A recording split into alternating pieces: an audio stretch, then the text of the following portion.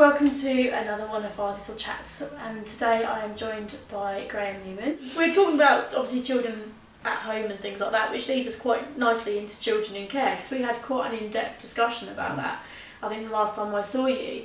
So wasn't it Suffolk had one of the worst cases of the amount of children who were within the system? Is that correct? Or was we had a slightly I'm trying to go back a year.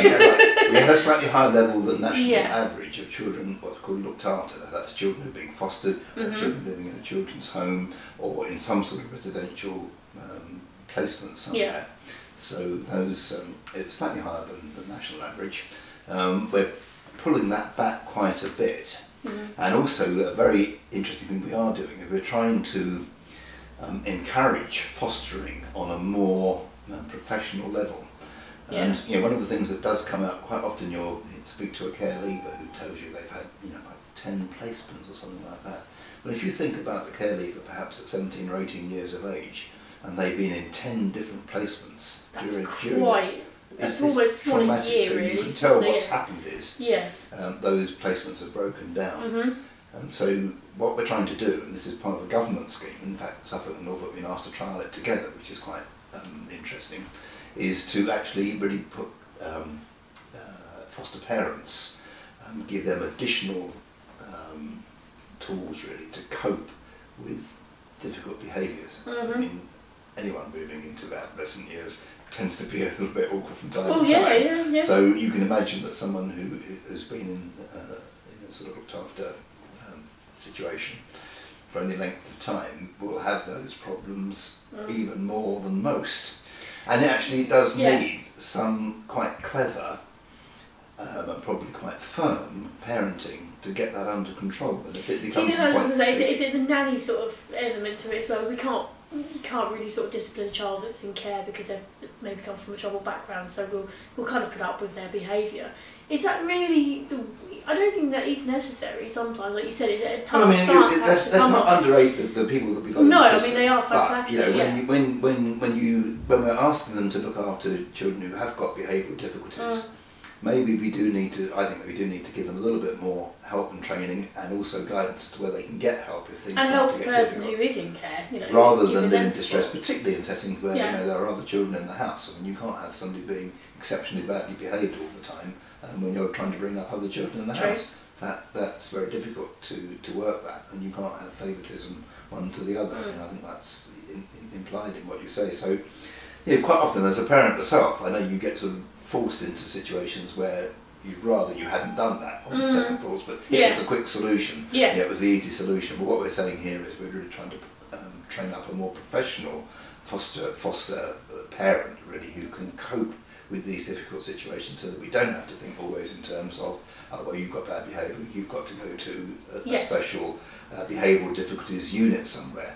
And we've got 2 or 3 of those in Suffolk and not enough space. So we end up sending children a long way away. And I mean, typical destinations for Suffolk children, the Isle of Thanet, Gloucestershire, Lincolnshire. So they're hundreds of miles away. These children are completely divorced from their wider families and their friends.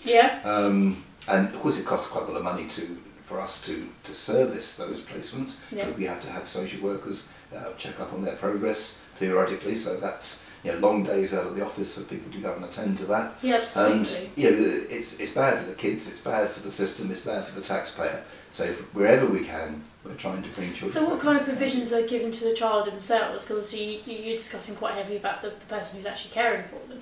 What facilities are being put in place for the children themselves that are in care? I mean, is there a lot more sort of onus on giving them assistance, particularly if they've got learning difficulties? What we've tried to do is one very debilitating thing about children in this cohort is they find them carting their belongings around in black dustbin bags. Well, we made the commitment that every child will always have a suitcase when they need to move on. So that is something which the Children Care Council has asked us to do, and we've done that. In line with government recommendations, also we're increasing our care leavers allowance, and that's to help children coming out of care to set up home for themselves, because obviously with no real income of any sort at all, no pocket money. They've not been able to earn jobs on Saturday work and that sort of thing. So they did need some help, and we're gradually jacking that allowance up to help young people in that position. And we're trying to do something with travel as well, because we're proposing to introduce this sort of Oyster-like card in the county in this election prospectus. What about their education, the way in which that's offered? Because obviously they're in and out of areas and they're never settled. Yeah, what we try and do always to try and have the most stable education provision that we can manage given the circumstances. Now, for many children who maybe only have 1 or 2 placements in their entire time in care, that's a fairly straightforward situation, because schools are actually obligated to take looked after children in their area. They get first call on places, and so that's relatively supportable. What becomes a difficulty, of course, if placements keep breaking down, and children keep moving on. So that's another reason why we end up, when we look at the performance of looked after children in the system, it's about 20% of what they could achieve compared with everybody else. So which is very, very poor. So we try our hardest on that, and that is why trying to get these placements more stable is absolutely essential, because it feeds into education. And if we don't get education right, then ultimately those children will then go on. They won't be able to get employment, and then where do they end up? They end up in prison. They end up severe lack of confidence. As very young parents, they end up quite often with substance dependencies, which we.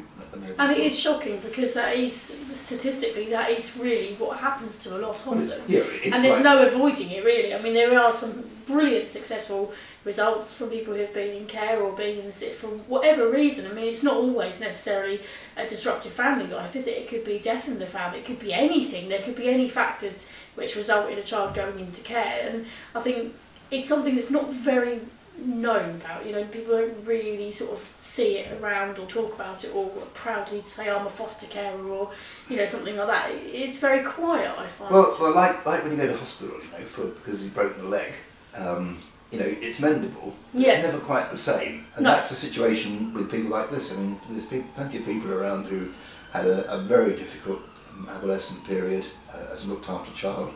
Perhaps had a spell in prison, or something else has happened to them which you wouldn't want for your own child.